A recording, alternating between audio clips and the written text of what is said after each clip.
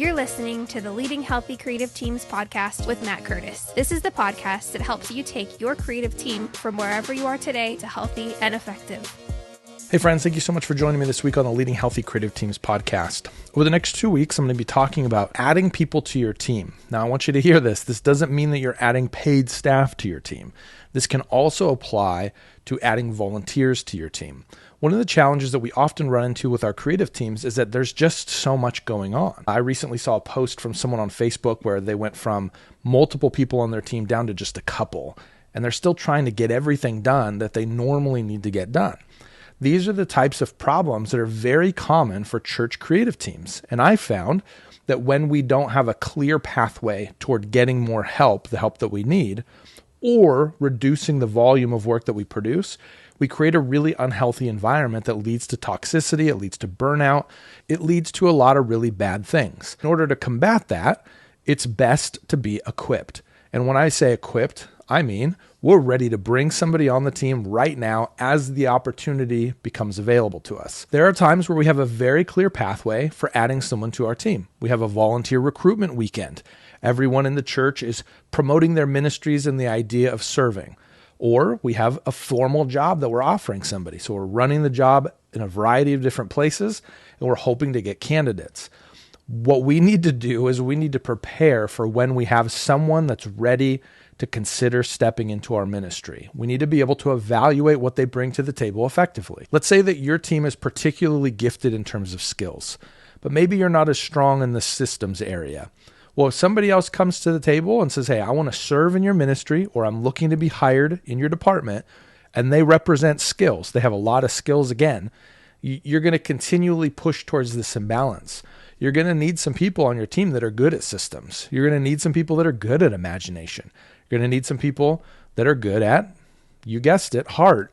Those are the things that you need to try to balance. And so the 4 creative cores really helps us identify what is the right person for our team. Where are we strong? Where are we deficient? But that's only so helpful. You need the practical, day-to-day type of help as well. So this week, I want to talk about what may feel like a weird, out of left field topic, but these are the interview questions that I ask people when they're applying for a job or applying for a volunteer role in the organization that I represent. In some cases, I help clients do this as well. I'll run different candidates through interviews and we'll have great conversations around whether or not this fits.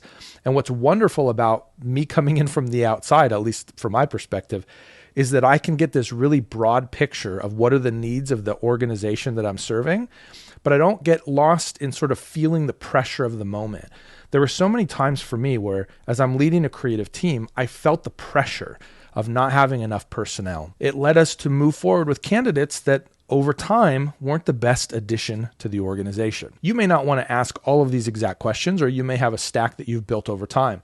This has taken me probably 7 or 8 years of interviewing to build this list of questions that I really like. Every time I'm engaging with a new candidate, I'll pull up this list, I'll look over it again, and I'll make any adjustments that I need to in order to specifically speak towards the person that I'm interviewing or the specific role.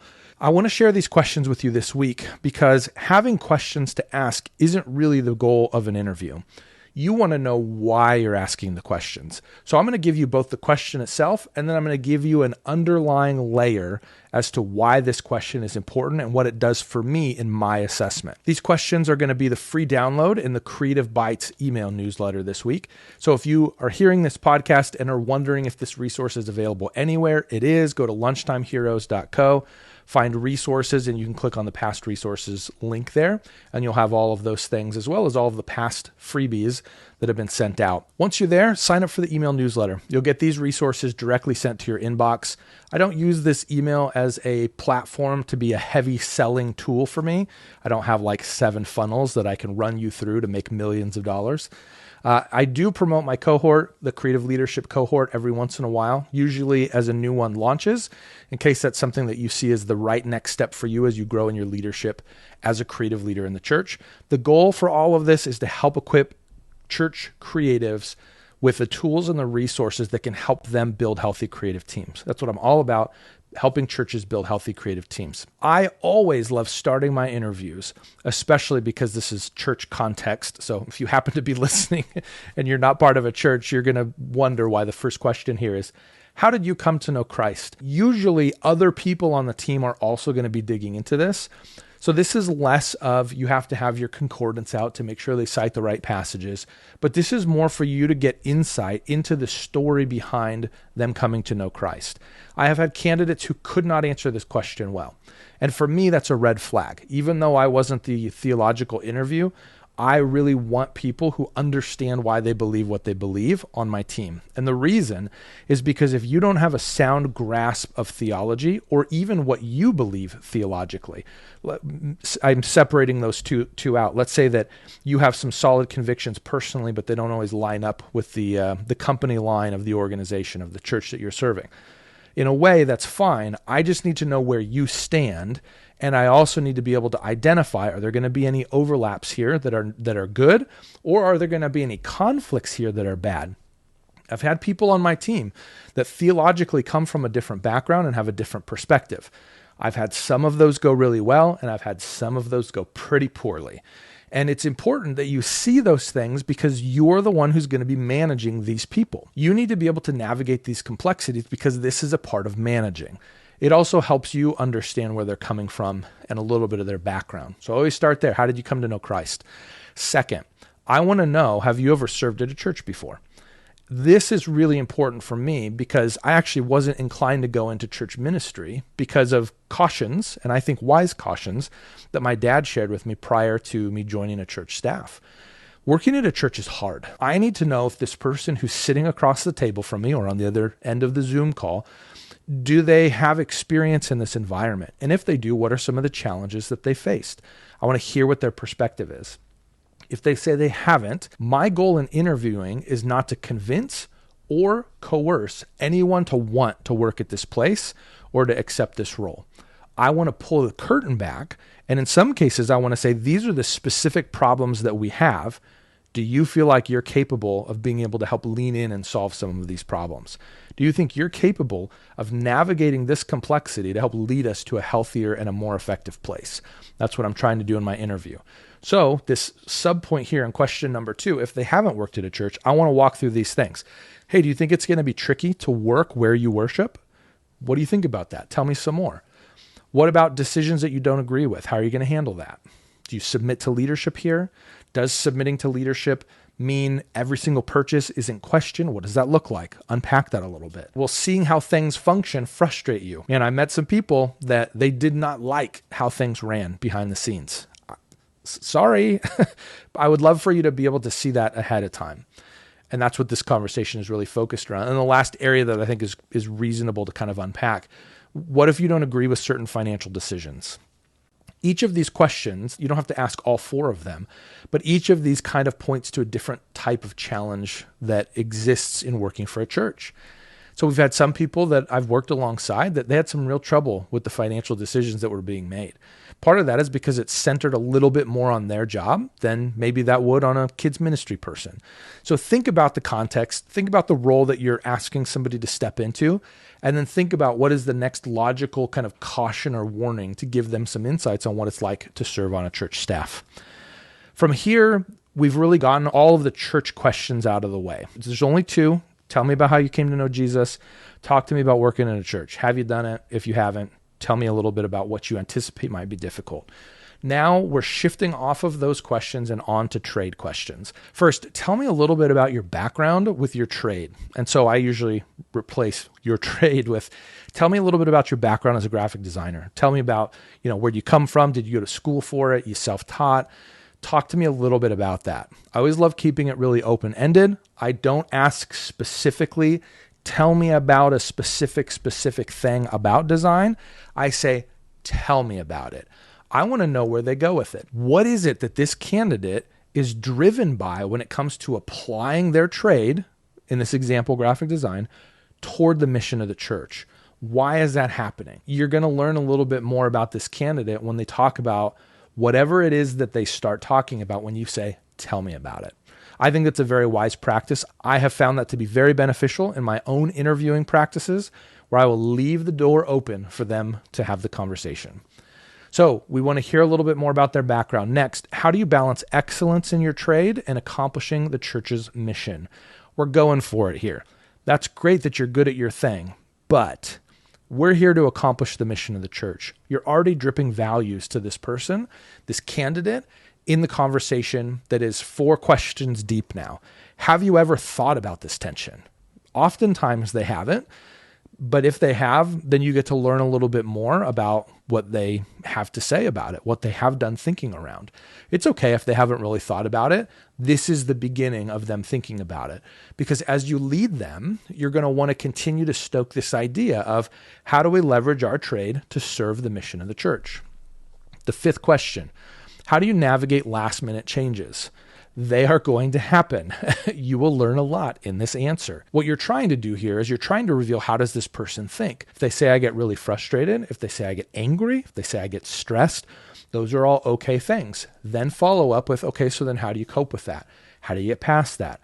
How do you resolve that? It's going to give you insight, not just in how they respond, but how you're going to need to manage them. The next question here, what do you do if you see a project drifting off course?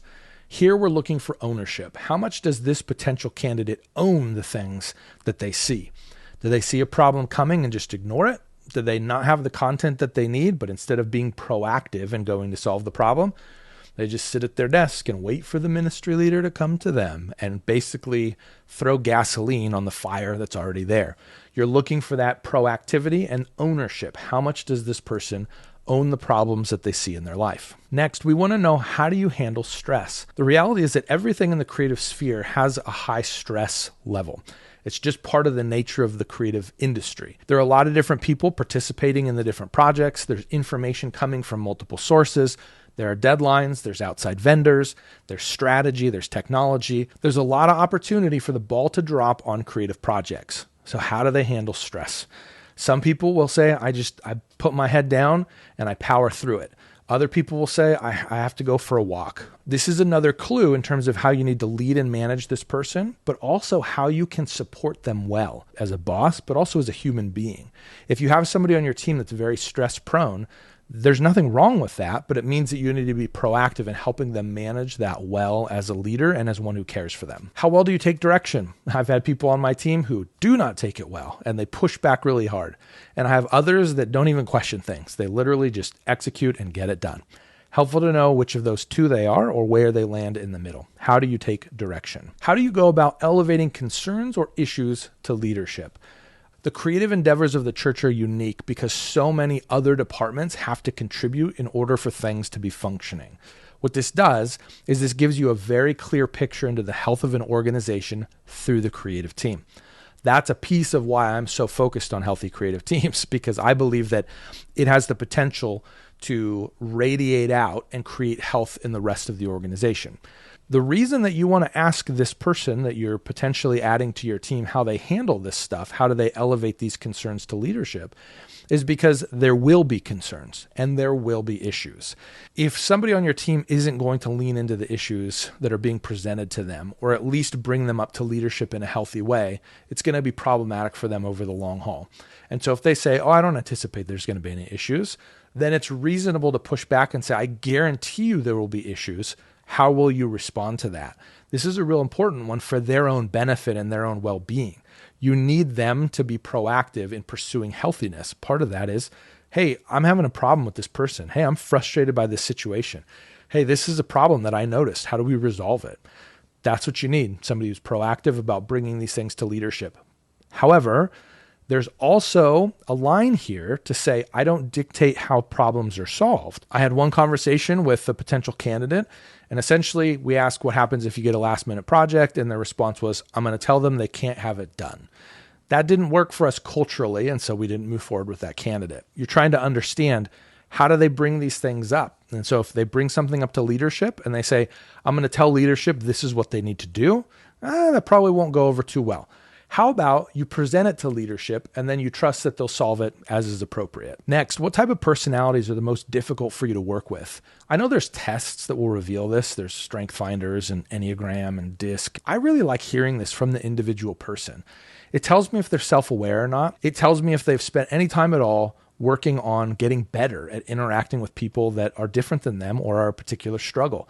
I could tell you right now, there's certain people that were really difficult for me to work with. And I also can tell you, these are some of the things that I did in order to try to resolve that. That's what you're looking for. Are they self-aware? Do they know that they have a hard time working with people? And then do they have almost like a cultural sensitivity where they're able to actually solve that problem in a way that lets them work with that type of person? I've heard some really bad answers to this question. That's what you're trying to get at. You're trying to reveal some of these things.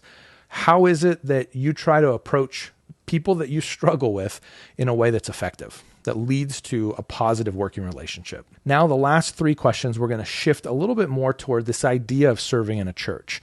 So that's where we start. What excites you about the idea of working at a church? What are the things that just sound amazing? What are the things that sound really, really cool? We're allowed to be optimistic in this. Yes, earlier we talked about some of the potential challenges and concerns, but we want to really lean into the opportunity here. For me personally, I am so thankful for the time that I've been able to serve the church on staff. I'm beyond loving this phase of my life where I'm getting to work with multiple churches as clients. It has been the most rewarding season of my professional life by a mile. That's awesome. Let's talk about it. Let's enjoy that together. What's the optimistic side of working with the church? We're trying to get to the positives and get excited about this potential role. From there, we want to talk about the specific role. We want to talk about the upsides. What are you excited about with this specific role? And then what are some concerns about this specific role? That's a very fair balance around the job itself, not just the abstract idea of working for a church and a larger mission. Tell me about being a designer on a church staff. What are the good things that you anticipate? What are some of the challenges? Tell me about running productions on a church staff. What are the good things? What are some of the challenges? We really want to hear both sides of that coin. And if they come to you with, I think everything's going to be fantastic, they're wrong. It won't be. We know that. I know that from serving on a church staff. Everything is not fantastic. There are plenty of amazing things, though. But let's hear the realism here.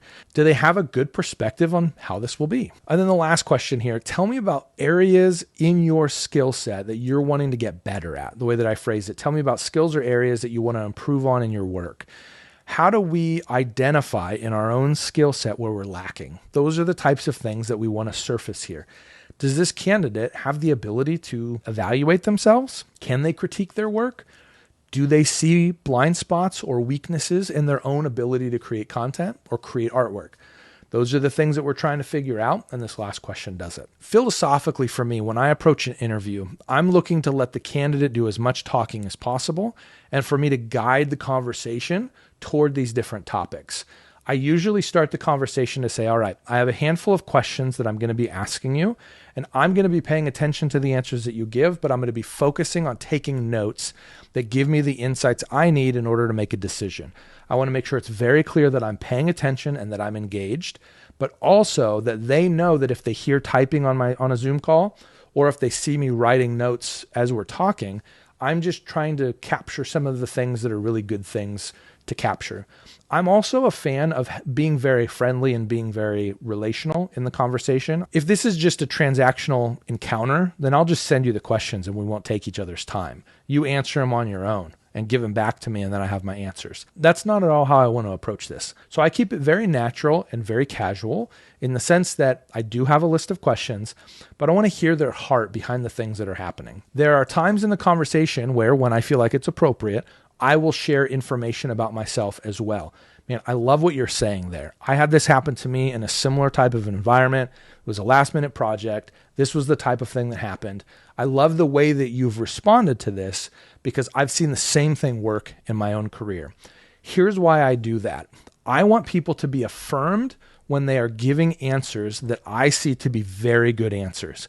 I don't know what the next step's going to be. I don't know if this is going to be a candidate that we move forward with, but I have an opportunity right now to invest in the person across the table from me, and I can help them be affirmed in the good things that they're doing in their career, the personal decisions that they're making, the way they're caring for their family.